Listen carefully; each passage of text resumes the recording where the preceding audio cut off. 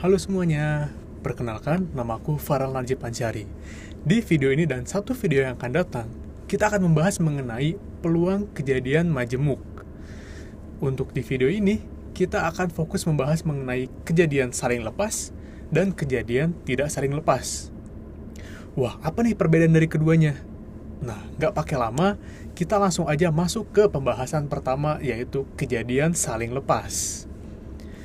Dua buah kejadian bisa disebut saling lepas jika kejadian A dan kejadian B tidak mungkin terjadi secara bersamaan. Jika kita lihat ke dalam bentuk diagram Venn, maka bentuknya akan jadi seperti ini, di mana tidak ada irisan antara kejadian A dengan kejadian B. Jadi A ya udah A aja dan B ya udah B aja. Terjadinya masing-masing begitu. Dan kalau kita lihat rumusnya, peluang terjadinya A atau B adalah sama dengan peluang terjadinya A ditambah dengan peluang terjadinya B. Kalian bisa ingat-ingat nih, di sini dia pakainya U. Jadi kata kuncinya itu adalah atau, biasanya itu.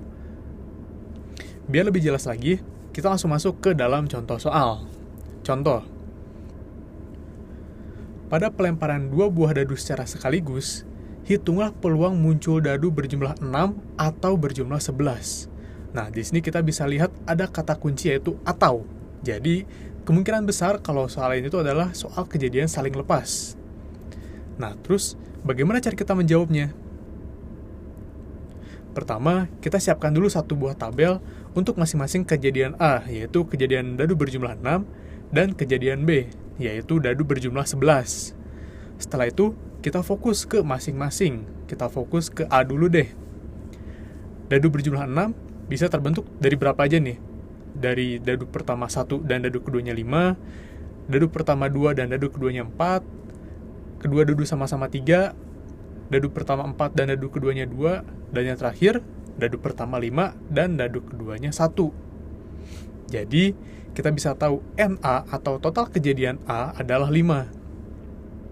Setelah itu, kita lihat kejadian B. Dadu yang bisa muncul untuk membentuk angka 11 berapa aja? Cuma dadu pertama 5 dan dadu kedua 6, dan sebaliknya kan? Jadi, NB atau total kejadian B adalah 2. Nah, dari dua buah kejadian ini, kita bisa lihat bahwa tidak ada kejadian yang beririsan atau yang terjadi secara berbarengan. Nah, jadi bisa kita pastikan nih, kalau soal itu adalah soal kejadian saling lepas. Dan untuk NS, atau jumlah kejadian semesta, karena satu dadu memiliki 6 sisi, maka kalau ada 2 dadu, jadi 6 kuadrat, yaitu 36. Nah, jadi untuk peluang terjadinya A, yaitu 5/36, dan untuk kejadian B adalah 2/36. Lalu, jika kita sudah menemukan peluang terjadinya A dan peluang terjadinya B, kita tinggal memasukkan saja ke rumus yang tadi. Peluang terjadinya A atau B sama dengan peluang terjadinya A ditambah dengan peluang terjadinya B. Jadi, 5/36 ditambah 2/36. Jadi, peluang muncul dadu berjumlah 6 atau 11 yaitu 7/36. Nah, itu tadi untuk kejadian saling lepas. Bagaimana untuk kejadian tidak saling lepas? Nah, dua buah kejadian itu bisa disebut tidak saling lepas jika kejadian A dan kejadian B bisa saja terjadi secara berbarengan. Nah, jika kita lihat ke dalam bentuk diagram Venn-nya, maka bisa kita lihat di sini ada kejadian A dan kejadian B. Tetapi di sini ada kejadian yang beririsan, yaitu kejadian A dan B tuh. Nah, kalau ada yang beririsan gini, gimana rumusnya? Ya, rumusnya agak sedikit berbeda ya, yaitu peluang kejadian A atau B sama dengan peluang terjadinya A ditambah peluang terjadinya B. Nah, perbedaannya di sini. Dia dikurangi dengan peluang terjadinya A dan B. Loh, kenapa dikurang, Kak? Nah, karena kita lihat lagi dalam bentuk diagram Venn ini ada kejadian A, dan ini ada kejadian B. Dan di tengah-tengahnya ada kejadian A dan B nih, yang terjadi secara bersamaan. Jadinya ada kedouble. Makanya kita kurangi biar nggak kedouble. Biar nggak bingung, gimana kalau kita masuk ke dalam contoh soal? Nih, contoh soal. Dari seperangkat kartu bridge, diambil sebuah kartu. Hitung peluang terambil kartu berwarna merah atau king. Kalau kita lihat di sini, ini ada kata kunci atau ya, yang berarti bisa kita simpulkan kalau soal ini tuh antara kejadian saling lepas atau tidak saling lepas. Nah, biar tahu jawabannya, mending kita gambar dulu tabelnya. Di sini aku punya tabel bentuk yang isinya keriting, sekop, wajik, dan hati, dan kita punya tabel angka, mulai dari as sampai king. Nah, kalau udah begini, kita bisa tahu berapa NS atau jumlah kejadian semestanya, yaitu 4 dikali 13 berarti 52. Setelah itu, kita lihat lagi dua kejadian tersebut. Yang pertama, kejadian A, atau kejadian muncul kartu berwarna merah. Di sini aku tandain pakai kotak yang warna merah ya. Semua kartu berwarna merah itu berarti semua kartu wajik dan semua kartu hati. Berarti NA atau jumlah kejadian A-nya adalah 2 dikali 13, 26. Jadi, peluang terjadinya A adalah 26/52. Setelah itu, kejadian B. Kejadian B adalah kejadian muncul kartu king. Nah, yang mana tuh? Di sini aku tandain pakai yang warna biru ya. Ada king keriting, king sekop, king wajik, dan king hati. Berarti NB-nya adalah 4. Jadi, peluang terjadinya B adalah 4/52. Nah, sementara kita simpan dulu nih dua ini. Tapi kalau kita lihat-lihat lagi, ternyata ada kejadian A dan B yang terjadi secara berbarengan nih. Yaitu kejadian A dan B. Atau kejadian munculnya king yang warnanya merah. Nah, yang mana nih? Nah, ini aku tandain pakai warna ungu ya. Nah, berarti bisa kita lihat bahwa N, A, dan B-nya adalah 2. Karena total kejadiannya itu adalah 2 kali. Berarti, peluang terjadinya A dan B adalah 2/52. Oke, sekarang kita simpan dulu.